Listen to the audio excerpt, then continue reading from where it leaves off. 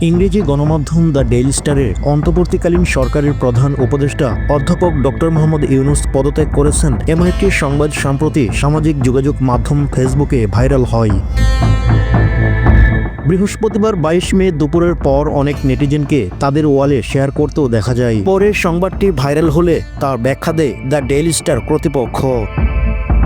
বিকেলে তাদের ওয়েবসাইটে পপ আপে লেখা হয় সতর্কতা, পুরনো প্রতিবেদন। দ্য ডেইলি স্টারের একটি প্রতিবেদনে প্রফেসর ইউনূস পদত্যাগ করেছেন ১৩ মে ২০১১ সাল।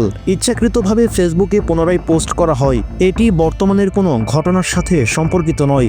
তাছাড়া ওয়েবসাইটের এক প্রতিবেদনে বলা হয় ২০১১ সালের ১৩ মে তারিখে প্রফেসর ইউনূস পদত্যাগ করেন শিরোনামে দ্য ডেইলি স্টারের একটি পুরনো প্রতিবেদন, যা ইচ্ছাকৃতভাবে সোশ্যাল মিডিয়ায় পুনরায় পোস্ট করা হয়। প্রতিবেদনে আরও বলা হয়, এই প্রতিবেদনটি ২০১১ সালে গ্রামীণ ব্যাংকের ব্যবস্থাপনা পরিচালক পদ থেকে ডক্টর মোহাম্মদ ইউনূসের পদত্যাগের সিদ্ধান্তর বিষয় নিয়ে আলোচনা করা হয়। বর্তমানে কোনো ঘটনার সাথে এর সম্পর্ক নেই। পাঠকদের এই বিষয়টি সম্পর্কে সচেতন থাকার অনুরোধ করা হচ্ছে।